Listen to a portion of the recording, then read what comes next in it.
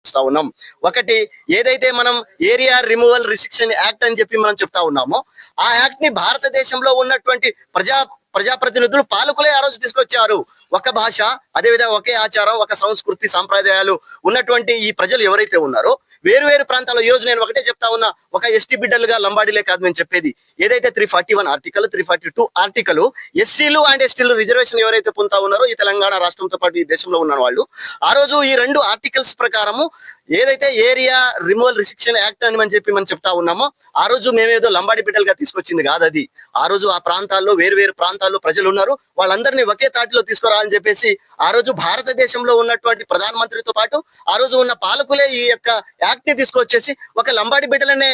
కలిపింది కాదు. ఈ రోజు ఆ రోజు ఏం జరిగింది, ఎవరిని ఎస్సీ ఎస్టీలుగా 56లో ఈ రాజ్యాంగం కలిపిందో, ఎవరైతే ఈ భాషా పరంగా ఈ సంస్కృతి పరంగా ఈ విధానంలో ఉన్నారో ఎవరిని తొలగించాలి, ఎవరిని కలపాలి అనే యాక్ట్ ని 19